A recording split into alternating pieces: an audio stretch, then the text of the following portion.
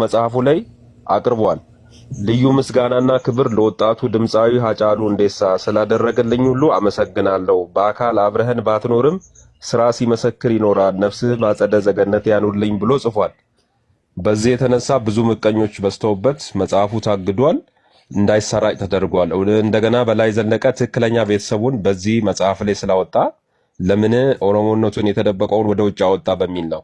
እና ያንን ደግሞ ይሄ ታሪኩን በደንብ እንድናቅ ያደረገንም ሃጫሉ ነው። የሃጫሉ ማስታወሻ ነው ይሄ ልጅ።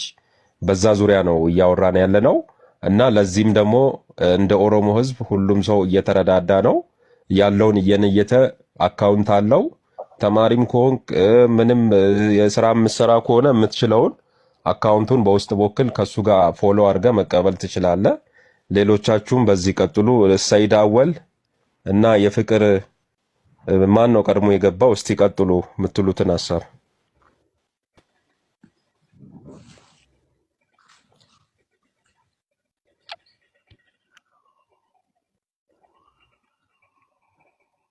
ሰይድ አወል